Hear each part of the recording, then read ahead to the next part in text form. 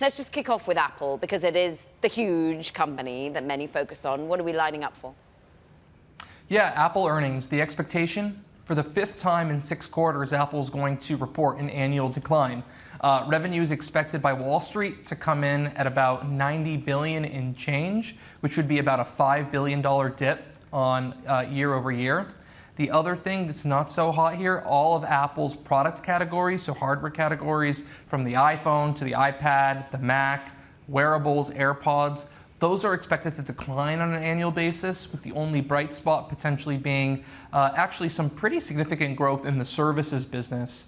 Also another decline in Greater China, right, on the heels of reports from Counterpoint and IDC and others that iPhone sales in China dipped by about a fifth, despite the smartphone market going up in general.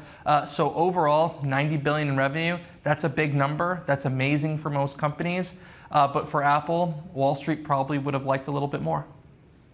Mark, hardware and services is a pretty wild story when it comes to Peloton. Bloomberg Technology team, let's show the 2-day chart and just go back over what happened. Opened up as high as 18%, is now down more than 10% in the session.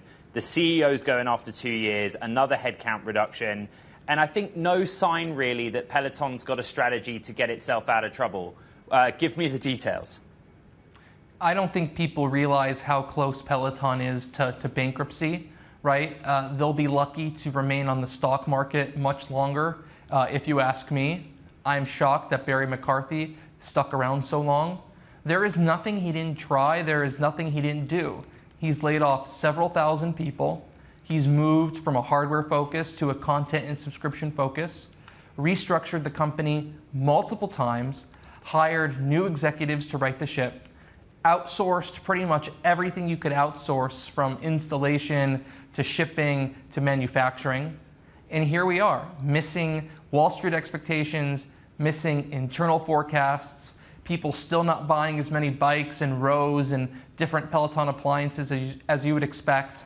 The premium app falling flat on its face. Yes. People like their marketing chief continuing to leave.